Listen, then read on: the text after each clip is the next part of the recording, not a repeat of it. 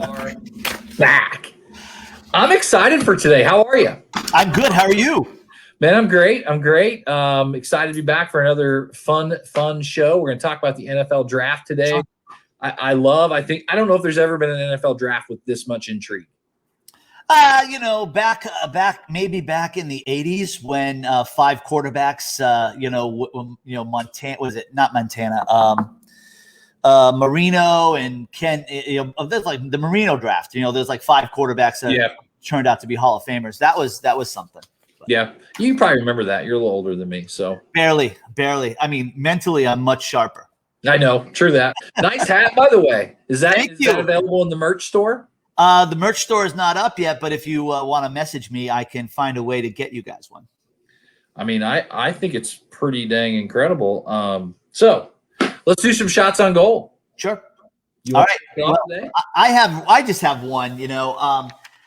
I feel bad for. Well, first of all, I said jump. Wes, our producer, said that his wife and his mother-in-law were out getting their cars Z-barded. It's something they do every year. Now, I don't know what that is. Well, you remember Rusty Jones? Hello, Rusty Jones. Goodbye, Rusty Cars. Oh my God! All right. Anyway, oh, really? Yeah, I just didn't think Z-Bart was something you did on a yearly basis. Maybe it's they told Wes that so that they could go out for drinks. I don't know. That must be a Northeast thing then. Yeah, because we have salt on our roads here. Yep. Yeah, we don't do that down here in Oklahoma. My shot on goal is I feel bad for Karen McBride. Do you know who Karen McBride is? I don't. Tell me. Well, Karen McBride lives in Texas, and she went to renew her driver's license. And turns out she had a felony, a felony embezzlement charge from the state of Oklahoma. 21 years ago, she rented Sabrina the Teenage Witch, and Oklahoma's been looking for her ever since. She said that she couldn't remember back 21 years ago, that she doesn't even remember watching the movie. I just want to go on the record that I can't remember what I did 21 minutes ago. So I did see that. Now, did they arrest her? What happened? I don't even know. No. I know this is going to sound bizarre, but the video store doesn't exist anymore. Hard to return something. I had heard that she was dating a guy, so she called the guy and asked whether he still had the VHS. Could you put your hands on a VHS right now, other than of your wedding or something like that? Maybe in the garage in a box, maybe. But right. So that's my shot on goal. And well, I've got 2. Fenway is going to 25% occupancy May 10th, I think, which is exciting. Yep. The more fans we can get back in the stands, I love it. The Red Sox are playing at Texas this weekend. I talked to my brother today. I said, "What do you think about driving down for Saturday or Sunday game?" And he said, "Let me think about it." And so, because in Texas, I think the ballpark is completely wide open, I believe. So we'll see about that. This always got something a little off, but shout out to Madonna. She is 62 years old. Her boyfriend's 27. Like, I give it. Dude, she. No, hold on. To her boyfriend, ew. Like, ew. Yeah. All right. So Madonna she has not aged well, right? And I think the most attractive thing to a 20-something-year-old on Madonna is her bank account. Oh, yeah. Well, I dated Madonna, Well, so did Jose Canseco. Yeah, in the 80s. Right. Thank you, Mark Gassert, for the share. Appreciate you, my friend. Mark is the man in Peachtree, Georgia. So, but yeah, to her, hey, good for you. Great. To him, no. Yeah. So Chad Chisholm is right. She has always gone for younger guys, and apparently he's a dancer and all that stuff. He's probably super fit and much like me and you. And Chad, right. Chad Chisholm's super fit. Super I've never seen a more fit guy than Chad Chisholm. So I say let's talk about some. Let's get our guys in here. Let's get Dustin in and Patrick in. Let's talk about some NFL draft because I'm kind of excited. I'm a little geeked up for this draft because I think there's a lot of things in play here. Sure. So Wes, producer extraordinaire at your parents' house. Let's get these guys on. Dustin Bishop in the house. Am I supposed to do this? Dustin is the look at Patrick. He knows. Am I supposed to do that? Is that there you go. Patrick knows what's. Oh look. Oh, Dustin started to go like EDP out there. Dustin is. If I had to rely on anybody for fantasy football advice, it would be Dustin. He's really good at fantasy. Not real life, just fantasy. And Patrick, I've known Patrick for a long time. Patrick, former sports animal host, had his own show for quite a while. I mean, he failed at it miserably, which is why he's not there anymore. Didn't move to someplace bigger, but that's a different story. And I'm kidding, of course. But Patrick is now involved with a company that does security and is going to be doing security for a major golf tournament that we cannot say the name of. In Tulsa, big golf tournament. That's at huge. Southern Hills. This year which is and cool. next year. But let's kick this off and let's talk about draft pick number 1, which we all know Jacksonville is apparently going Trevor Lawrence. And the only negative thing I can say about that is like, dude needs a haircut.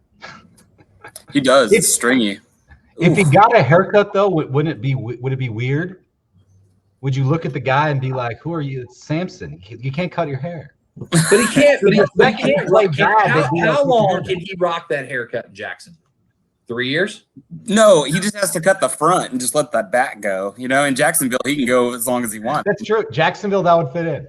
Yeah. Well, you know, he reminded me of his hair reminded me a little bit of RG3 when he came out because didn't he have the dreads that kind of look wonky and like, dude, cut that off and look like a man and quit trying to look like you were like 20 in college. Like you look like so we all think that's number 1. And I know what you guys already think. We think number 2, Zach Wilson, done deal. To the Jets. Dundee.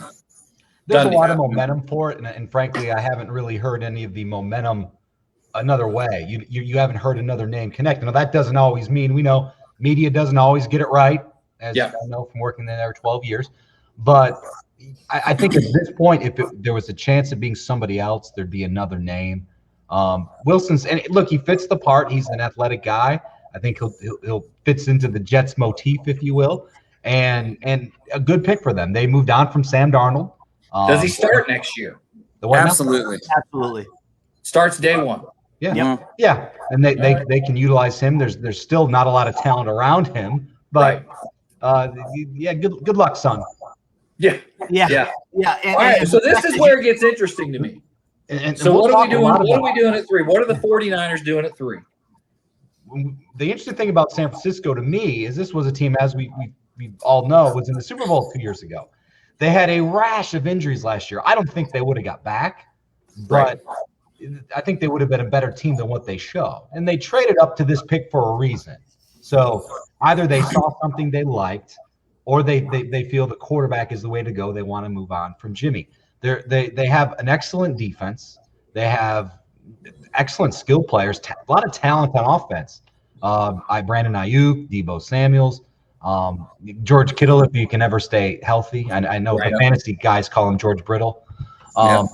So there's a lot of talent there, and the right guy could be successful. And Trey Lance is the one that's talked there. I've seen Mac Jones talked about there. Justin Fields doesn't seem to be the right fit there, but those are the 2 guys, and this is where the draft to me will pivot based on what the 49ers do. Let's throw it out there. Dustin, who do they pick? I really actually am on the opposite side of Patrick. I really think that it's going to be Justin Fields. I really, really do. I think all this has been smoke screens so far. And I really think that he's an athlete, and him and Kyle Shanahan, I just think that they fit really well especially with all those weapons, like Patrick said. Wow. Timmy, what do you think? I think they traded up to 3 to take Mac Jones, but they did that 3 weeks ago, and now they've done a deep dive on Mac Jones. And in the meantime, Trey Lance and Justin Fields' stock has risen. I think they take. I think they take Lance. I'm not sold on Trey Lance. Dude's like 20 years old, and he played one season a year and a half ago. And like, do you put your franchise on that kid? I think he looks a lot like Mahomes, back in the when he was a little bit younger. Looking like Patrick Mahomes and playing like Patrick Mahomes.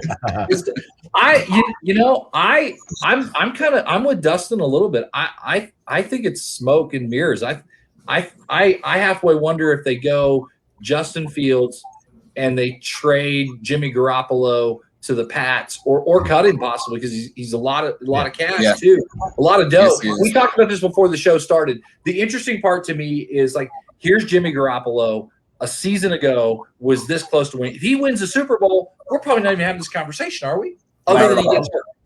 He gets hurt a lot. This morning in Boston on the talk radio, sports talk radio, Adam Schefter was on, and he said these words: "It's New England or nothing." There's not even any other suitors for him, he said, at this point. Yeah. Okay. And we may not even be a suitor for him. Right. Well, I'm on the show. So, all right. So we've got Patrick thinks. Well, I think which is strange is we all agree that it's going to be a quarterback. Right. And, Right. Just again, pick one of the franchise that I still think fancies itself as a playoff contender. Yeah. And do you do that with a rookie quarterback? So that'll be interesting. But they have a ton of talent, explosive talent on offense.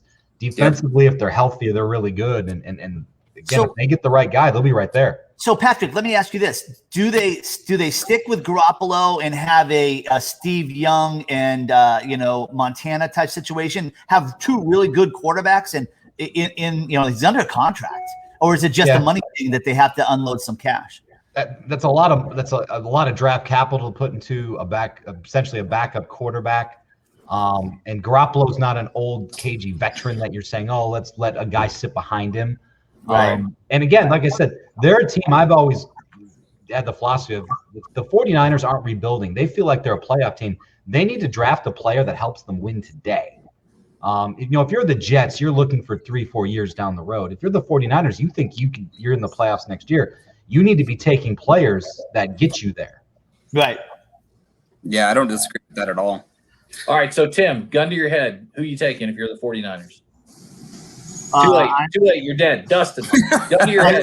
Why are you putting gun on my head over that? I already. He's just wanting to kill me. I already said Trey Lance. All right, Trey Lance. Dustin? Fields. Yep. Patrick? Mac Trey Jones. Lance. Okay. All right. I don't know who. I think maybe Justin Fields. And the other intriguing thing to me is Mac Jones. Like, here's a dude that just freaking wins football games. Yeah. They're talking about this crazy super league in soccer, and you want to compete in a super league? Come play soccer and football at the SEC. This is a kid that does it every day, against the best of the best in practice and on Saturdays, and they're gonna almost just dismiss him like he's not as good, and that amazes me. Well, there's talk if he fell as far as 15 that Belichick wouldn't take him. Really? Yeah. Wow. I'm going to throw this out there at number 4, Atlanta, Kyle Pitts, tight end, done. Yeah, and it, like, calling Kyle Pitts a tight end is like saying JD Martinez is a below-average outfielder. I mean, it doesn't fit because Kyle Pitts, he's got the size. He's got the speed. I mean, you could put him as an X receiver on the outside, and he could play it. Yeah. So, because I'm generally not a fan of drafting a tight end high, just because I think there's value later in the draft generally, but also this guy is not to call him a tight end, I think is a misnomer. Explosive talent. You put him on an offense that already has Calvin Ridley. I think we all agree that Julio Jones is on the way out, but you pair him up with Calvin Ridley. You have two explosive pieces that all of a sudden make Matt Ryan a fantasy relevant quarterback again, maybe. You know who else is not a tight end is Wes Wyatt, our host. Dustin, what were you going to say? I was going to say that Kyle Pitts is a lock at 4. I think Julio Jones is still a Falcon this next year. There's no way they're going to get as much value as they perceive that he's worth to get rid of him. If anything, it's going to be a contract thing. And Patrick said it, man. Matt Ryan next year is fantasy gold because he has all of those weapons. The interesting thing about Matt Ryan is, do you guys realize like what his salary cap hit is? It's like 40 million. Yeah, it's like $40 million bucks. So you either keep him or you cut him, and who's going to take him at that? He is such a weird piece to that puzzle for them, right? You know, I would guess, just based on what you're saying, that they would probably restructure it some way so it's not such a cap hit. Right. There's they can convert somebody to a signing bonus to give themselves some relief, and I think he'd be open to doing that if he feels like they're a winner. So we're all saying Kyle. Kyle Pitts at Atlanta. This is a prime spot for a trade out, especially if there's a surprise and one of the quarterbacks is still available. And if somebody loves Trey Lance, and for whatever reason Mac Jones is the pick, I could see a trade coming here.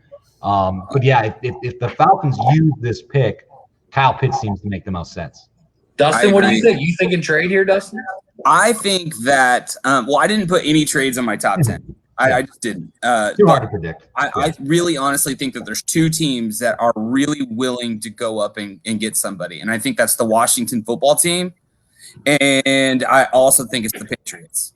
So, I mean, I really think both those guys, if one of those quarterbacks starts falling and they really want a quarterback, I'm not necessarily saying they're going to go to 4, but if one of them starts coming down the board a little bit, they're going to hop up and get this. Okay. Do you see a quarterback going to 4 to Atlanta? Tim, what do you think? No, to Atlanta, no. Pitts all the way. Yeah, if you're Atlanta, I don't think you take a quarterback here. You try to do something to help you win now, even though they're a lot further away from the 49ers. Right. I think if you take a quarterback here, then you're moving on from Matt Ryan. And I agree with Patrick that they'll have to restructure his deal because even if they cut him, the cap hit is still enormous. Yeah. All right. Are we all lock at 5 with the Bengals taking Sewell? No. That's where I think a lot of the draft diverges. I mean, look, Joe Burrow's knees would love if it was Sewell. But look, Jamar Chase, there's a lot of momentum. Maybe Jalen Waddell. There's a couple guys there. If something screwy happens, I could see it being easily Pitts if Pitts isn't taken for whatever reason. But I definitely think they go offense here, whether it is Sewell or Chase. Sewell has kind of fallen down on draft boards a bit, because again, he's got short arms. I don't know if he has deep pockets, but people don't like his arm length. Yeah, I don't do this for a living, but they say he has too short arms to be a left tackle. Well, Dustin also has short arms. Dustin, what do you think that the Bengals do here? I'm going with Chase here, honestly. I really think it's going to be Chase, but I just don't see them taking offensive tackle, even though they need it at 5. And the reason being is because the offensive tackle position is so deep in this draft that you can get starting offensive tackle, whether it's on the right or the left side, probably into the 3rd round. So, I mean, you pair him back with his college teammate. He was setting records on that team. I honestly think that that's probably the way that they go. Plus, it's Cincinnati. That's the way they go. You know what I mean? That's just the way they do it. The Bengals like to screw stuff up. They could draft Britney Spears for all we know. Well, she likes tigers. I understand. Yeah, true. I have them either taking Chase or Smith from Alabama. It's going to be a wide receiver. All right. Well, here goes the run on wide receivers. Right. Oh, here comes Wes. What's he got? Whoa! Hey! Whoa! He's upside down. But you got a comment there, big boy? We don't know what he's doing. Yeah, he doesn't. He doesn't know. So here goes the run on wideouts. So who is the Dolphins taking? Devontae Smith? Well, I would say one of the Bama guys, either Smith or Waddell. And by the way, when did Bama become wide receiver U? Bama is like everything you. Yeah. Amari Cooper. I mean, Amari Cooper, Calvin Ridley, Julio. Okay. Yeah. All right. So who we take? Who are the Dolphins taking at 6? Tim, what do you got? Smith from Dustin. Sewell, Alabama. Offensive tackle, Sewell. Patrick. I think this pick. Or you're talking about Miami? Yeah, Miami Waddell. I see being a receiver here. Again, this is a Miami team that I think is ready to win, and an explosive weapon for Tua might be what the doctor ordered for them. Speaking of what the doctor ordered, Caroline Mathias is on watching. We always want to give her a shout out because she's amazing. Do you think Tua is the guy? Look, I don't want to say it after 1 year. Dustin went like this. I don't know. I think he has a chance. I hate to say it after 1 year that he's not. He got beat out by Fitzpatrick. Yeah. Hey, Fitzmagic is amazing. He does. He beats out a lot of dudes. Yeah. I think he's got a chance. I don't know if he'll ever be the superstar that people want him to be, but I think he can be a very good long-term NFL quarterback that could help a team that has a lot of weapons around him win. I've seen Tua live before, and the TV doesn't give him justice, man. He throws a very catchable ball. It's pretty incredible. All right. Well, we're gonna Patrick. You're on the clock. Lions pick. Detroit Lions. I say we. I'll use the we. I can do that now. the Lions always do something weird. They've taken wide receivers at 7. They're bad. They're a bad football team. They're not going to be very good next year. They have needs almost everywhere. So they could go a lot of different directions. I think it depends on what falls here. Micah Parsons seems to make the most sense. A talented, gifted linebacker who can play all over the field. If Sewell was to fall, I could see that being a pick for them. That would seem there's been a lot of noise about a Slater from Northwestern, another offensive lineman. They're bad on the offensive line. They're bad at wide receiver. If there wasn't just a run on receivers, I think maybe that they would take one of those guys. I don't know Smith. I don't think they take Devonta Smith here, but that's a possibility. But I look at Parsons if he's available being the guy. We did talk before we started before the show went live about Jared Goff and do the Lions do something crazy if Justin Fields is available here? Do they grab him? Sure, they could do anything crazy. But look, as Jared Goff is still relatively young, and this is a team that is several years away. Yeah. I would think that you roll with Jared Goff this year, build up other spots, and then when you're picking second next year, you can take a quarterback. All right. Dustin, who you got here? I have Devonta Smith here. He's still on my board. I think you give Jared Goff a safety blanket. You give him somebody to work with. And, if they are at the top of the draft, that could reevaluate the quarterback position next year. Tim? Sewell. I think he drops to 7. Great pick. All right, Carolina is next. And was talk about taking a quarterback, but then they trade. They have Sam Darnold, who I'm not sold on. And, what do you do if you're Carolina? I have Jalen Waddle here. And I think that you obviously I think you need to look at offensive tackle if one of them is falling, because that's the biggest part of Darnold that you couldn't protect him. You've got to give him time in the pocket. You've got to protect him. But he also needs playmakers. And I think Jalen Waddle or something like that you could do quick screens and not have to worry about a quick pass rush. And he can break, a 90-yard catch at any point. That's the kind of player that you need for that offense. Tim? All right, so this is going to be controversial. I just think that now's the time. If Fields or Lance is still there, I think the Patriots come up to number 8 and grab one of those guys. If they're not, then I have them taking a cornerback, Caleb Farley, out of Virginia, because that's a need of theirs. Yeah, Dustin went like this. Is that surprising, Dustin? There's so much chatter here lately, especially that Farley, and he just failed a COVID test. He's had 2 back surgeries. They don't even know if he's going to be in the first round anymore. But everything within the last week, you can't believe anything. So it's just it's surprising. There is a cornerback that I like a little bit more. It's J.C. Horn from South Carolina. I think I had him going down a little bit. Yeah, but you're right. Yeah. Cool. So Denver, the next pick at 9? Denver is Justin Fields if he's there, because I think for all of you, I think Justin Fields is still there. Mm-hmm. Do they take him? Yeah, I would think Denver, that it's known they were trying to get Matt Stafford. They want to do something at the quarterback position. I think Fields would be a guy. Again, you look at a team that does have some talent with Cortland Sutton. They have Noah Fant, who's a very good tight end.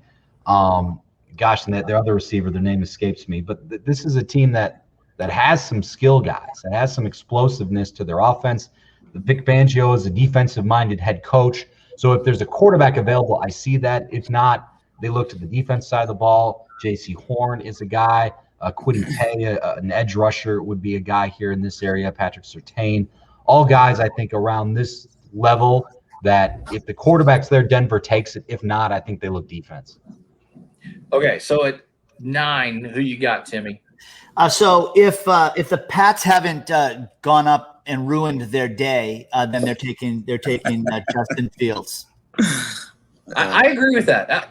And we'll talk about that too. At 10, literally every mock draft I see, Patrick Surtain to the Dallas Cowboys. Do you see anything other? Do you see them? It's Jerry Jones. See anything unpredictable, weird, crazy?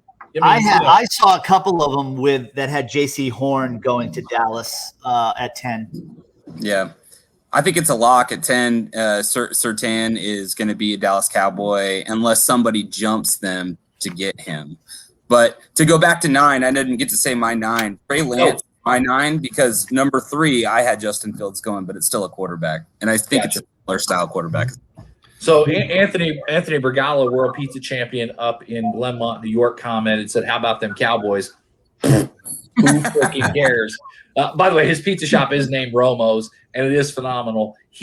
Anthony is a world pizza champion. He's a champion. The Cowboys have not been champions in like 35, 40 years. So, so let's talk about trades. Do you see anything out there? What's your gut tell you? I mean, we can all speculate. We all think the Patriots might try to move up, but is there anybody else that might try to move up or try to move out? Is Carolina one that there's talk about maybe they try and move out? Is there anybody in your mind that tries to move out? That's question number 1. Question number 2, I want to ask, will 5 quarterbacks go in the top 6? No. Patrick, you're first. I would say I don't think 5 quarterbacks go in the top 6. Okay. And I think teams that look, I'm a Lions fan. Detroit would move back for more picks. They don't have a lot of picks in the draft.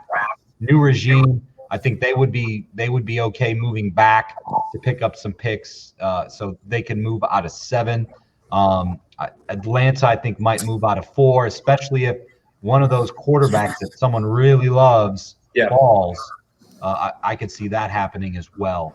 For 5 quarterbacks to go in the top 6, there'd have to be at least 2 trades, because I don't see Atlanta, Cincy, or Miami drafting a quarterback. So there'd have to be a couple trades between those 2 teams. I'm calling it.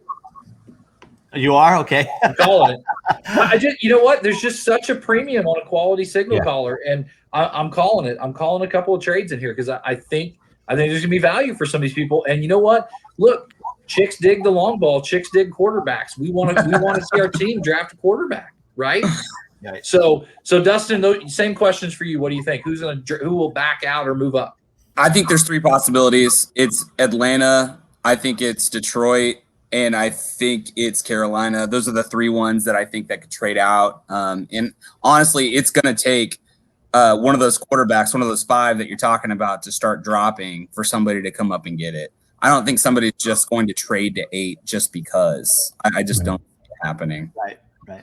Timmy, what do you think? So I don't think that that many will go in the top 6, but I agree with Dustin, except I'm going to add one, and it's a dark horse that I think that if with the right package, someone could get up to number 5 with the Bengals because, they've got a quarterback. And if you put a first round, a third, maybe in a package, you might be able to get up there. Who knows?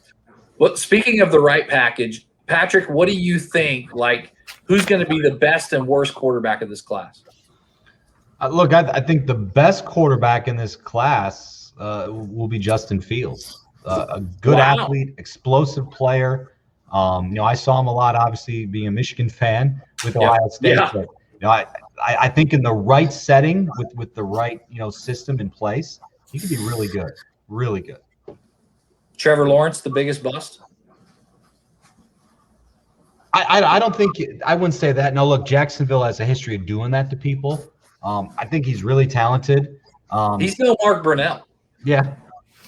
He's what? He's no Mark Brunell. No. I think Mark Brunell's his quarterback coach. I could be wrong. Is he really? He might be. I'll have to double check on that. Last successful quarterback probably in Jacksonville. Tim, who do you best and worst of these 5 QBs? What do you think? I think the worst will be Trevor Lawrence. I think he'll burn out at some point. He may end up a Jet too, just like Brunell did. And Mac Jones, I think he's flying under the radar. I think that someone's going to take a chance on him, and they're going to be proven to be right. D. Bishop, what do you think? I think the best is going to be Trey Lance.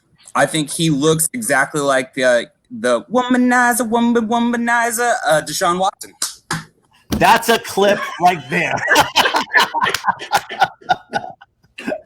He's been waiting all show to give us some Britney. I love it. Yeah, I love it.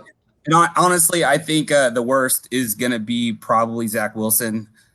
I love his skill set, but he's getting drafted by the Jets, and it's just not going to work out. I like that.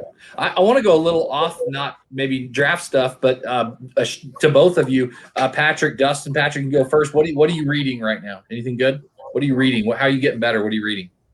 I'm getting better. A lot of books on recruiting, and not like college football recruiting. Right.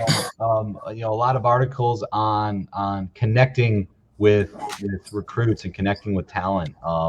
Look, obviously, I think a lot of people, just no matter what, have been following. The labor markets are tough right now, especially for mid-tier hourly workers. So,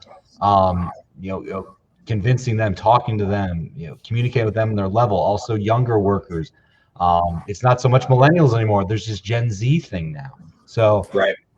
Learning how to communicate. The company that I work for, I literally have an employee who's 19 and I have one who's 73. Wow.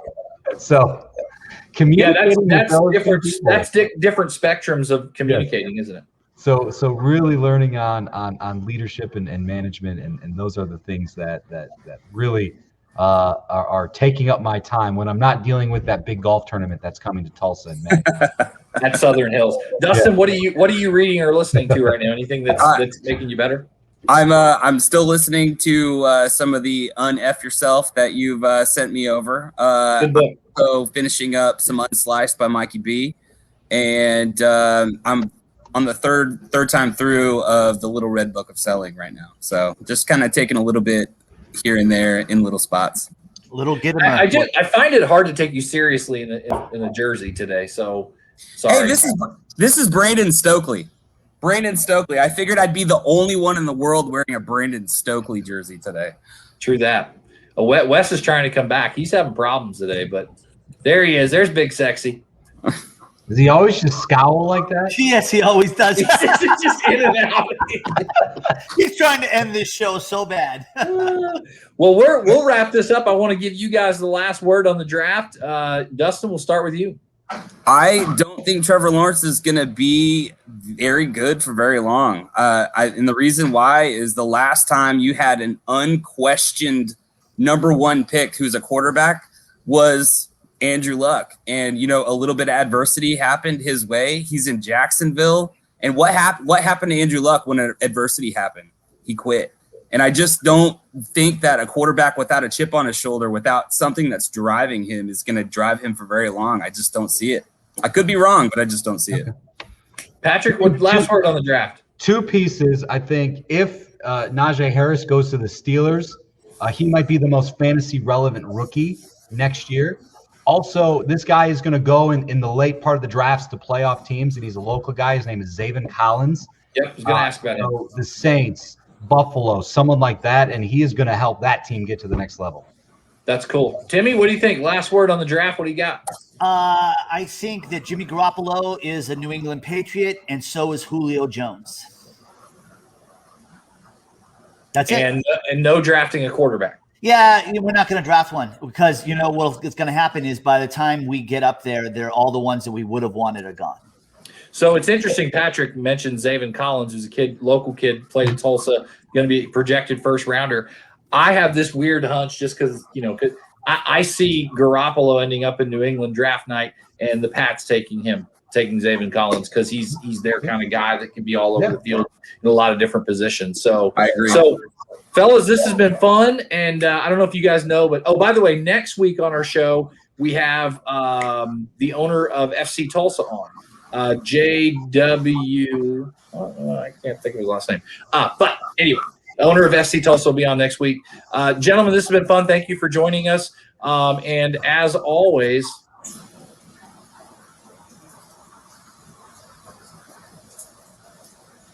Wes?